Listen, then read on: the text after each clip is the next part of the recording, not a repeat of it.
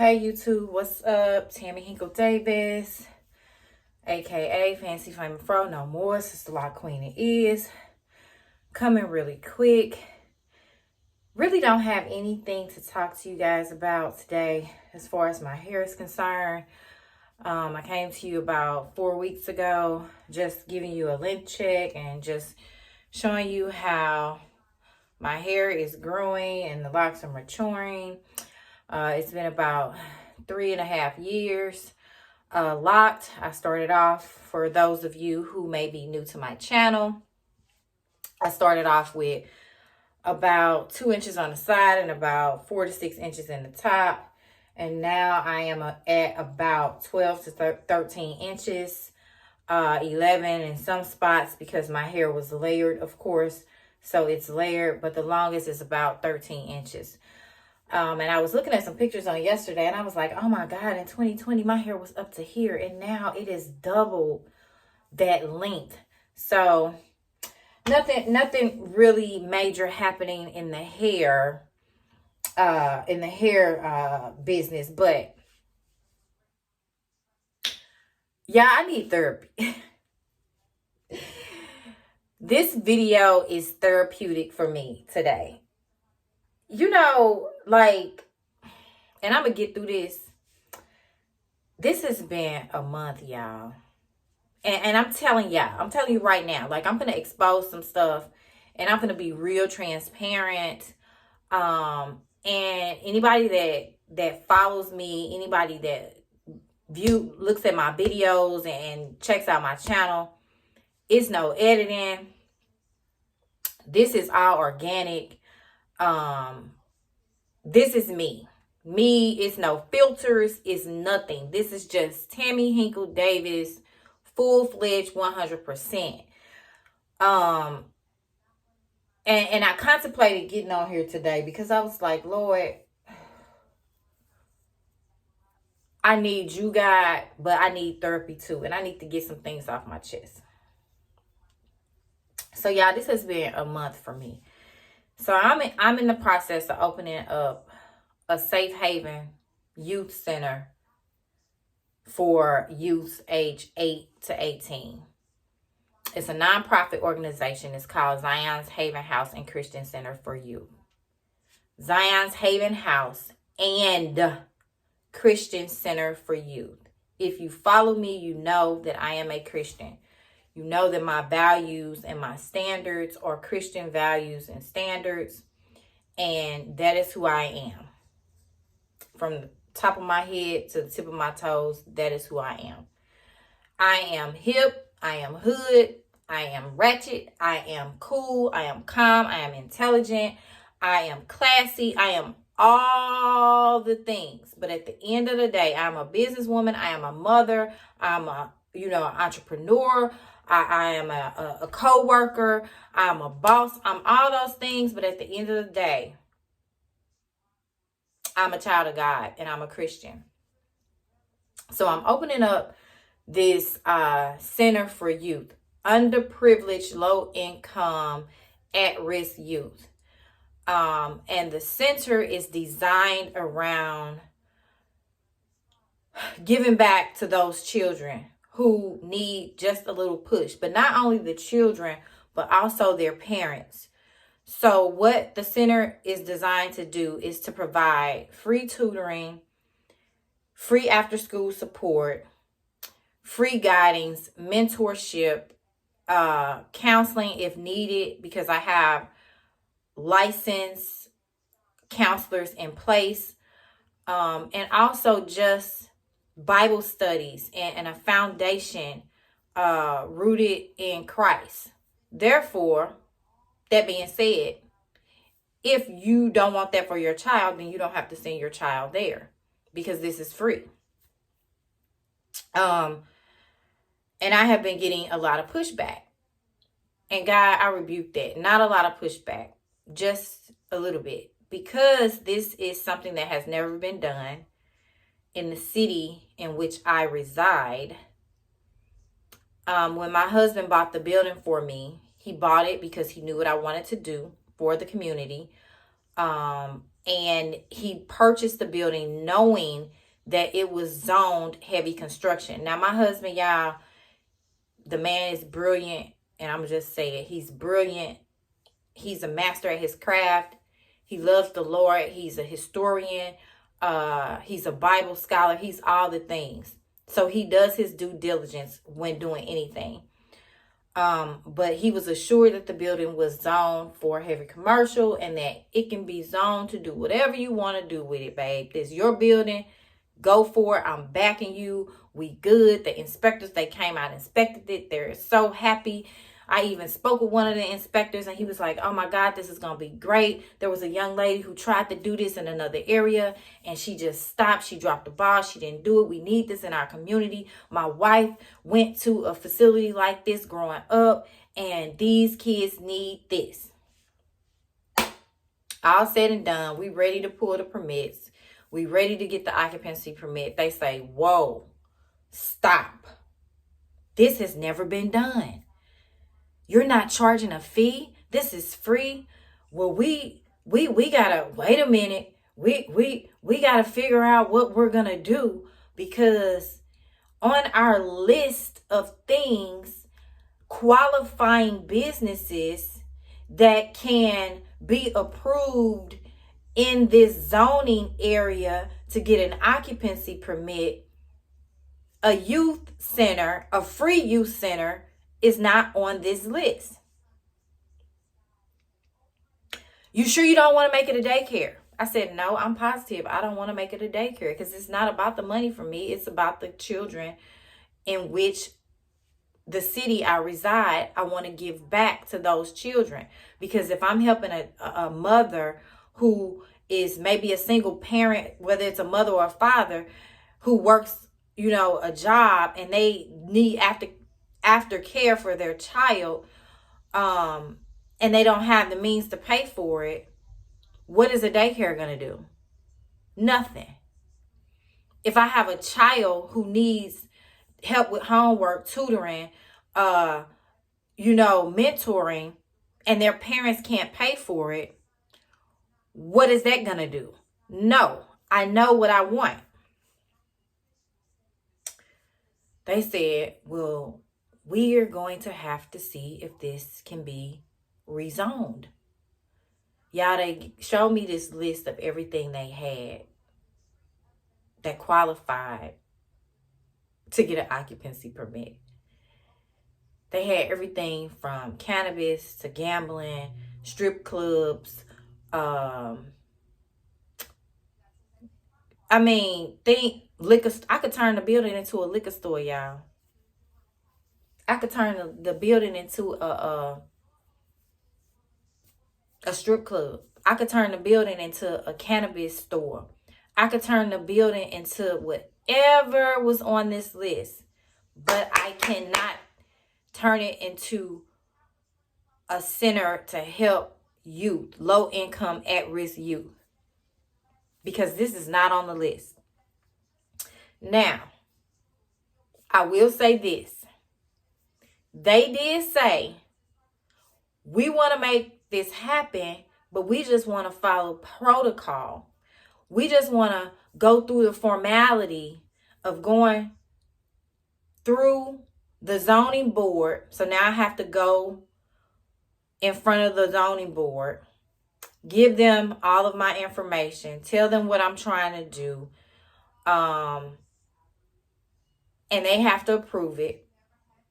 And then once I go in front of them and they approve it, because in the name of Jesus, God is going to get it done, then they have to give it to the city council, and then the city council votes on it. So what the city council does is they send out letters to the surrounding businesses in the area.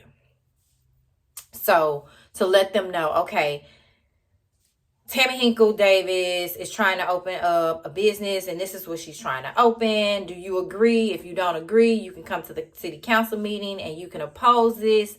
And you can say, no, you don't want it in the area. So where my building is, there is 7 local businesses that surround it. So all 7 of those buildings. Let me tell you how good God is, y'all. God is amazing. He's amazing. He's amazing. He's amazing. I said, okay. So they gonna stick a sign in the front of my building saying that this building is now under a zoning variance, whatever, to let the city know that I have to go to the board, and that I have to go to the city council, and that there can be no business being done in this business until this is resolved. And once it's resolved, they'll come move the board from in front of the building. That part. They said, we're going to send a letter out to every business in your surrounding area, in the box of your area. So 7 businesses. So I said, okay, that's fine. But let me tell you what I did. I hit the pavement, y'all. I went out. I started walking the beat. There is a fire department that is strategically placed right down the street from me. And then there's a police department. There is a few more businesses. I started going door to door knocking with my flyers and my information and my brochures, telling them what I was doing. And as I was telling them what I was doing, there is across the street, a Christian bookstore. Some people was just taking the information, listening to what I had to say. And one place, it was a nail shop, went in, and of course, y'all, the nail people, they was like, okay, just leave the information. But when I tell you, I was talking so loud in the nail shop because I wanted everybody in that nail shop to hear me, because y'all already know who was in the nail shop getting their nails done and their feet done. That one lady was like getting her nails and feet done. She was like, excuse me, can I get one of those flyers? That's how loud I was talking, because I wanted everybody to hear me. It was almost like I was on a podium with a bullhorn. Went to another business. Just so happened, y'all, God is so amazing. The one business I go to, she's like, I'm a teacher at such and such school, and we need this. I'm going to get with my superintendent, and I'm going to see if we can do a different route for the transportation of our students, so the students that need to come to your facility can get dropped off on your parking lot. She was like, this is huge, and any help you need from me, I'm there for you, because this right here, she was like, this is going to change a lot in this area. She was like, do you know how many kids are just walking around with nothing to do and need help? She was like, do you know how many lives you're going to touch? And I was like, Lord, I thank you, because in my mind, I'm thinking this is what it's all about. Not only am I going to touch the children, but I'm going to touch the adults, because think about a single parent who doesn't have time. And not that they don't want to have time. It's just that they don't have time. Like, they're going to work. They trying to get the bills paid. They're rushing home. Did you finish your homework, baby? But what if I can be that conduit or that middleman to say, we've done the homework, Mom. They've been fed. They've done their homework. They've been at the center for 4 hours from 4 to 8. Everything that needed to be done is done. So now when the mother picks them up, all they got to do is get them home, take a bath, and get ready for the next day. That is what I'm trying to do. But not only that, but also give these kids a sense of hope, a sense of pride, a sense of stability, a feel of love that, okay, if I can't count on nobody else, because y'all, in some cases, these kids can't count on anybody. They're doing it by themselves. The parents is trying to, make the bread and bring home the bacon. And the kid is surviving by themselves. So if I could just be that place where they feel safe and feel like, okay, Miss Tammy gonna help me with my science project. I got this project that's due on Friday. If I go to the Haven House, Miss Tammy gonna help me with that. Or if they got a book report, oh, Mr. Tremont gonna help me with that. Or my tutor Amy, she gonna help me with that. Or Miss Eugenia gonna help me with that. And they're secure with knowing that that's what we are there for. That changes the dynamic, y'all. It makes kids want to go to school. It makes kids want to participate. It makes kids feel like they are accomplishing something. It makes them feel secure in knowing that I have somebody who has my back. Not that the parents don't want to do it. It's just that sometimes they can't. Sometimes they have so much on their plate that they can't. Not only can they not afford outside daycare provision or outside tutoring provision because they don't have the financial stability to do that. And if they do it, that means that they're taking from something else. So that means a bill's not going to get paid, or that means shoes may not get bought this week, or that means that something has to go without being done. Yeah, because I'm getting in my emotions now, because this has been on my heart to do for years. But I know God is going to work it out, but it has been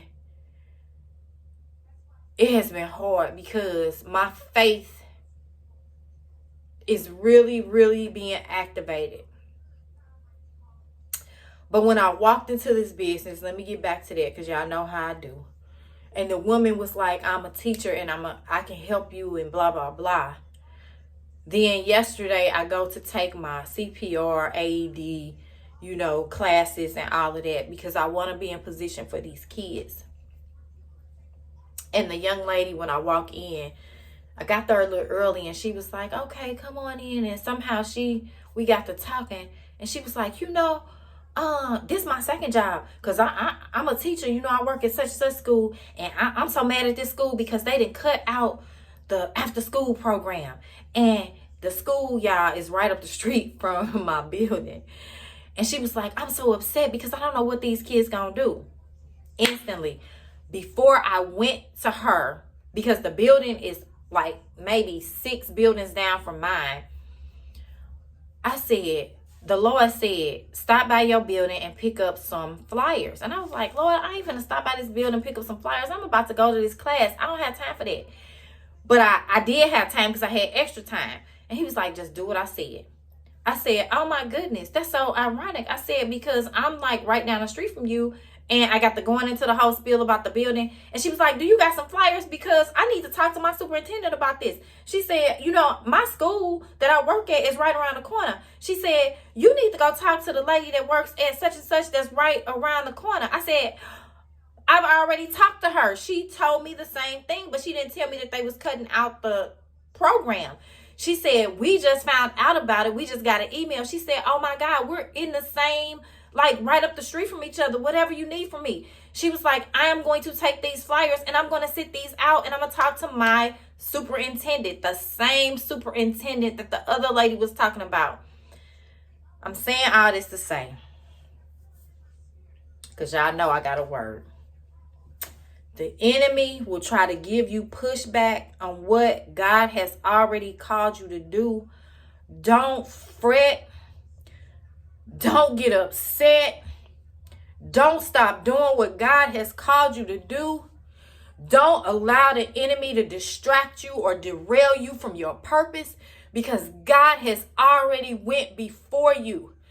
Delay does not mean denied. God is just navigating this thing and he's working it out where all your ducks are going to be in a row. He is getting people in position and getting things in alignment so that he can be who he is, and that is God and God alone, so that you can know that it was not a man who did it. It is not the council. Yeah, they going to say yes. Yes, the zoning board going to say yes, but it is all God. It is God who changes the heart of men. It is God who goes before us, that goes with us, and that has our back. It is his grace and his mercy, and it is our faith that activates it. When I tell you it is our faith that is the currency in heaven. A man can't do it. Money can't do it. Our knowledge can't do it. Our wisdom can't do it. Only God can do it. And on yesterday, when I left that class, I was driving home and I was like, oh, I can't wait to tell my husband. I can't wait to tell my husband. And God said, girl, I got you. Yeah, I'm getting emotional. I told y'all I needed therapy today. This is therapeutic for me. God said, don't look to the left. Don't look to the right. Don't look behind you. Just keep your eyes on the prize. I gave you this building. I gave you this vision. And you think if I gave you this building and I gave you this vision that I am not going to do this thing, it's already done. You shall not be discouraged. And he said, and I sent you because you could have went to a different class. You could have got to the class late because when I got there early and me and this woman just started talking. He said, I sent her just because I knew that yesterday you was feeling weary in your well-doing. But I sent her to give you some encouragement. To let you know that I'm still on the case. And I said, God, I thank you. So I'm going to end this, y'all, because it's getting a little deep and it's getting a little long. I'm 21 minutes in. But God is on your case. Do not get dismayed. Do not be discouraged. What God has given you to do, do it. And your faith is your currency. Your faith is your currency. Your faith is your currency in heaven. It activates God. Because it lets him know that you're standing on his word and that you're standing in his truth and that you believe that he is who he says he is, that he's going to do what he said he's going to do. And I'm going to leave it at that. Y'all, peace out. Tammy Hinkle-Davis. Y'all, pray for me. And that's it. That's all. Have a good day. God bless.